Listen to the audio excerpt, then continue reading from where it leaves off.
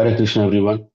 Om Namo Bhagavate Vasudevaya. Om Namo Bhagavate Vasudevaya.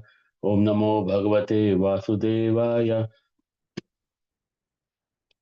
Narayanam Namaskritya Naram Chaiva Narottamam. Devim Saraswatim Vyasam Tato Jayamudiraye. Shunvatam Spakada Krishnaha Punyashravana Kirtanaha. Hridayantasto Hyapadrani Vidunoti Sutsatam. Nashtaprayeshva Bhadreshu Nityam Bhagavata Sevaya. Bhagavachuttama Sloke Bhaktirbhavati Naishaki. Reading from Srimad Bhagavatam, Canto 4, Chapter 24, verse 23 to 25. Tatra Gandharvam Akarnya Divyamarga Manoharam Visismyuraja Putraste Pradanga Panavadino. Tatra there, Gandharvam, musical sounds. Akarnya hearing, Divya heavenly, Marga symmetrical, Manaharam beautiful, Vismayahu, they became amazed. Rajaputraha, all the sons of King Barisat, they, all of them, Pradanga drums, Panava kettle drums, Adi, all together, Anu, always. Translation purport by His Divine Grace A.C. Bhaktivedanta Swami Srila Prabhupada Ki Jai.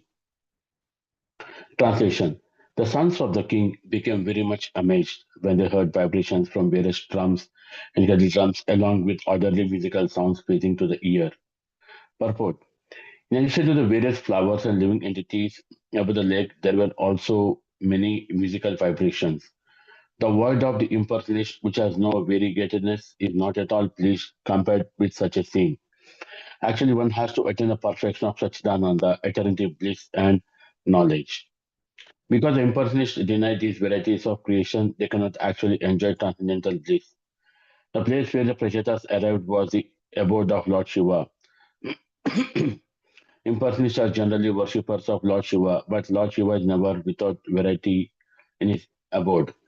Thus, wherever he goes, whether the planet of Lord Shiva, Lord Vishnu, or Lord Brahma, there is variety to be enjoyed by persons full in knowledge and bliss.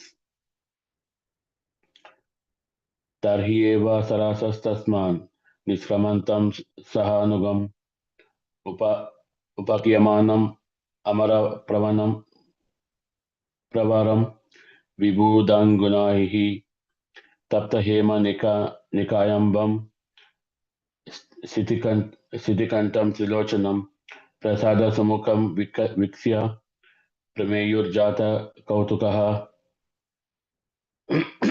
तर्हि that very moment eva certainly sarasaha from the water tasmat therefore diskramantam coming out saha anugam accompanied by great souls upagiyamanam glorified by the followers amara pravaram the chief of demigods vibhudanugaihi followed by the associates tapta hema molten gold nikayabham bodily features sitikantam blue throat trilochanam with three eyes prasada merciful sumukam beautiful face Vixia seeing Prameyuhu offered obeisances, and Jata aroused, Kautugaha being amazed by the situation.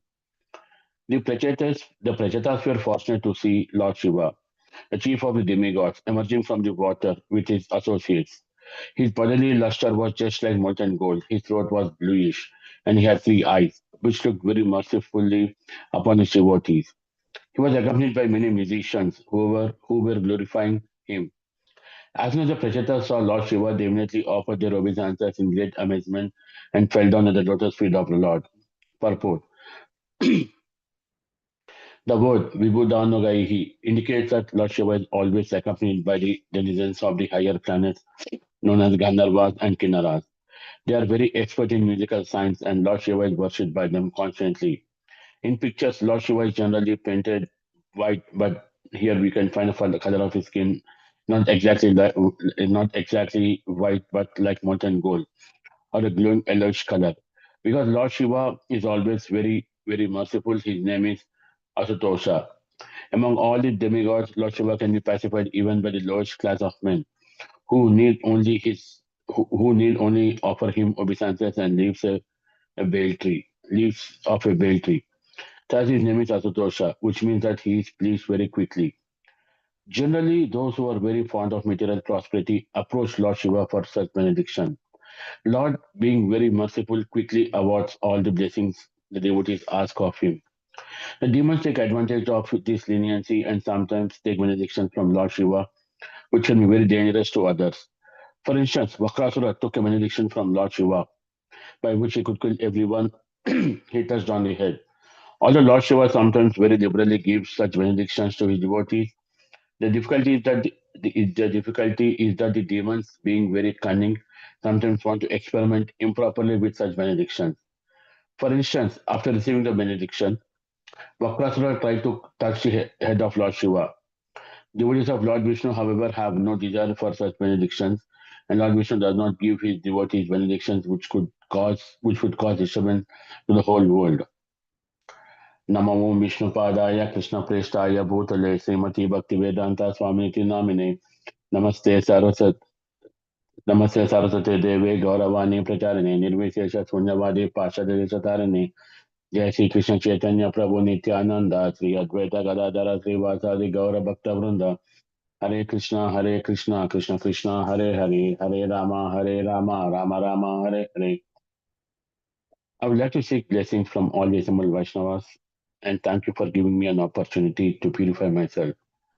Please forgive me for any shortcoming or adding my own interpretation. I'm summarizing the purport here after listening to couple senior Iskcon Prabhus. Krishna in Srimad Bhagavatam teaches through so many examples this principle. For example, Prahlad, Ambarish, the Prachetas, Parishit Maharaj, even in most difficult circumstances, they maintain this vision because of their deep remembrance of Krishna. It's called Samsiddhir Haritosanam. The perfection of whatever we do is that it please Krishna. The only way the only way to know what pleases Krishna is to hear from Krishna. Parampara is where Krishna reveals to those loving devotees what pleases him. Sri Chaitanya Mahaprabhu is Krishna himself in the mode of Sri Radha to teach the world how to please Krishna. Moving back to the verses that we recited today, we see King Prajnabarhi, the father of Prachetas, inform Prachetas to get married to create population. The king desired that his sons generate population, which the Prachetas took their father order very seriously. And the main focus of section is that the importance of and the main focus of this section is the importance of order of spiritual master or the father. So the Prachetas received this order to get population and immediately understood that 10 Prachetas, sons of King Prashnabarhi, performed severe austerities for about 10,000 years in Great Ocean, meditating on Vishnu. They understand and make a nice situation in this world for the prosecution for service of the Lord. Now, the request for the king of not is not for ordinary population. It was for the saintly and qualified population, which is why Prejudice took the order and decided to perform austerity. Prejudice traveled to the west, and in the course of their travel, all of a sudden they see a beautiful lake. In the lake, there are many kinds of beautiful flowers. And surrounding the lake were so many beautiful birds, and that were surrounding, and not like crows, what we see in cities, which make horrible sounds. So these beautiful birds are interested in these beautiful water bodies and it's a very beautiful scene. All the Prachetas were very much attracted by this beautiful scene while they heard musical vibration. It is quite unexpected. And then that which is what they hear is the Gandharva music. Well, this is the surface of Prachetas. It is again to gain authority to pray to Supreme Personality of Supreme Personality and as well as obey the instructions given by King Prashnabarhi. Let's hear about a story of King Jayadratha. Yet King Jayadratha is one of many demons who received such a clever benediction from Lord Shiva. We just read in the purport. Lord Shiva gives benediction to demons and who try to do an experiment on Lord Shiva himself. Lord Shiva gets pleased with all the austerities being performed by these demons and give the benedictions. Same here, King Jayadratha also received benediction. King Jayadratha is none other than the paternal cousin of Duryodhana and also cousin of the five Pandava brothers. And has given his sister Dushala in marriage to King Jayadratha. And therefore, the king had also become like a brother-in-law of Pandavas. So basically, King Jayadratha is nothing but a brother-in-law of the five Pandavas, whose sister Dushala was given in the marriage. During this course, King Jayadratha tried to kidnap the Pandavas' wife, Draupadi, desiring strongly to make her his own wife. As he forced her onto chariot, she admonished him, crying, "I'm the wife of the Pandavas. When they catch you, they will punish you and kill you." Well, Jayadratha's arrogance prevented him from hearing this, and he continued his abduction. Meanwhile, say Narada approached the Pandavas and informed them, saying that I saw King Jayadratha taking away Draupadi while and she was weeping. Two of the Pandavas, Bhima and Arjuna, immediately chased after Jayadratha. Bhima dismounted his chariot with his strength and ran faster than Jayadratha's horses. With his bow and arrows, Arjuna created a fire surrounded the chariot of Jayadratha, who was then captured. Since there was a fire, Jayadratha could not move. Severely beaten by Bhima and arrested by Arjuna, Jayadratha was bound to the chariot and taken to where Yudhishthira Maharaj had been staying with Draupadi. Bhima and Arjuna spoke to Yudhishthira, their respective senior brother. Bhima, as we know, he's always a very angry person. He urged his elder brother that I want to kill Jayadratha. Please order me. In support of Bhima, Arjuna, who also went to fight for, who also went to stop the chariot, also said, King Jayadratha has performed a heinous act and he should be killed. However, King Yudhishthira replied, the offense was committed against Draupadi. We should take the case to her and we will do whatever she orders. When King Jayadratha was brought to the feet of the Draupadi, she mercifully told her husband, don't kill him. Forgive him. He's her brother-in-law. If you kill him, your cousin sister will be widowed and she will weep the rest of her life. Bhima and Arjuna both approached Lord Krishna and appealed to him, requesting for a solution. Both of them said, yes, we vote to kill King Jayadratha, but Draupadi is saying no. So Krishna replied, for one who has been honored, dishonor is worse than death. Later, Arjuna shaved the king's head, leaving 5 patches on the hair. He shaved one side of his face, leaving the other side unshaven.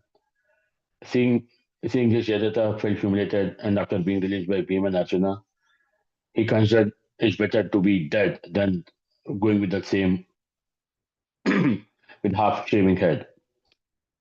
However, King Jayadratha, who was very arrogant, took revenge. Thus, he went to Gangotri in Himalayas and took severe type of penance to please Lord Shiva. After several months, he gave up all food, water, bodily activities, and was about to die. At that point, Lord Shiva, as we all saw in the example, came before him and pleased with his austerity, asked for a boon. King Jayadratha replied, I want revenge against the Pandavas. I want to defeat and kill all of them. Lord Shiva told him, you can defeat the Pandavas, but only Yudhishthira, Bhima, Nakula, and Sahadeva.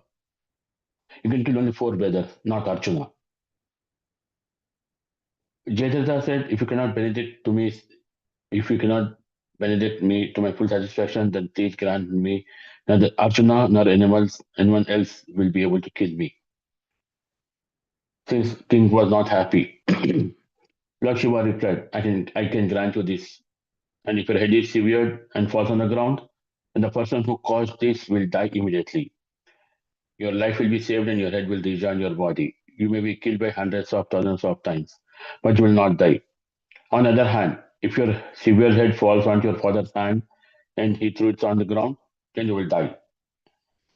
Jayadratha thought that his father would not kill and never do this.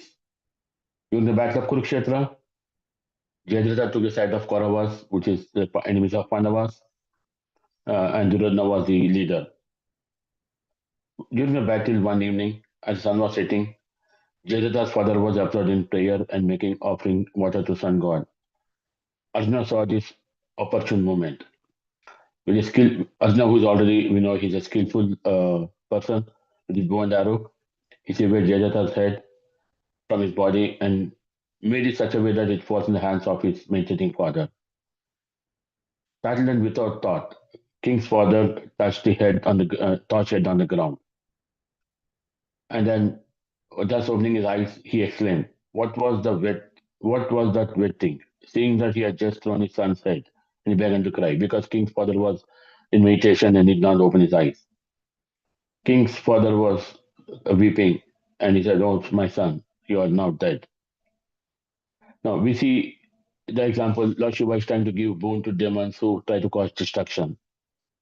But did they perform austerity? Yes. But they did ask for a boons for a wrong thing and a rightful thing.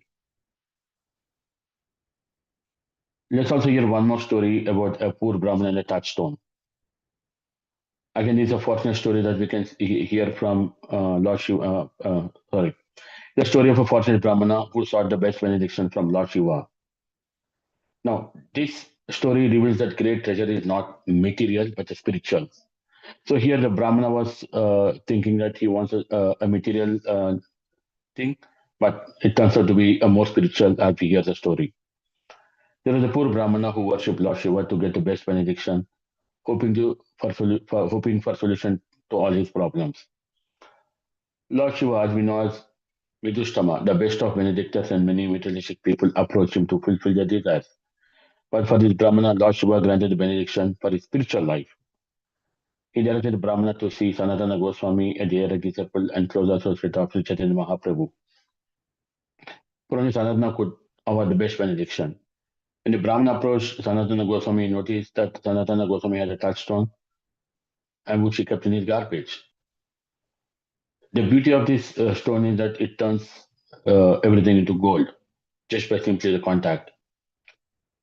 When the Brahmana requested, Sanatana Goswami gave him the touchstone, which seemed like a greatest blessing to the Brahmana, who went away gratified by the essence of immense financial success. As the Brahmana left, Sanatana company suffered a doubt nagged in his mind. If the touchstone was greatest with benediction, why did Goswami keep it in the garbage? Does it have no value? And soon he realized this could not be what he was seeking. Sanatana Goswami must have even a great treasure. So Brahmana had more eager and selfish nature. And when the Brahmana returned to Sanatana Goswami, he said, "Sir, if this is the best benediction, why did you keep it in garbage?" Sanatana Goswami said, "That was not the best benediction." However, he said, "Are you ready for more best benediction from me?" The Brahmana said, "Yes," that he would. And then Sanatana Goswami told Brahmana to throw the touchstone in the nearby Yamuna river. When the Brahmana returned, Sanatana Goswami initiated him with the Hare Krishna Maha Mantra. Hare Krishna, Krishna Krishna, Hare Hare, Hare Rama, Rama Rama, Hare Hare. When in the story we saw that Brahmana had material, the material desire. However, with help of Sanatana Goswami, the desire was this was the best benediction, which is nothing but the chanting the holy name of the Lord by the Lord Shiva's mercy. Here, what we see is it's a case of rejecting the materialistic desire. The touchstone represents the materialistic desire. We want to build our enjoyment for our senses from Krishna. We sabotage our spiritual efforts. However, we should not do that.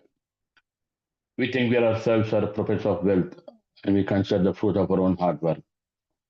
When we become attached, we fail to realize that everything comes from the Lord and should be used in His service, which is what we also read in this morning's book. Thank you for giving me an opportunity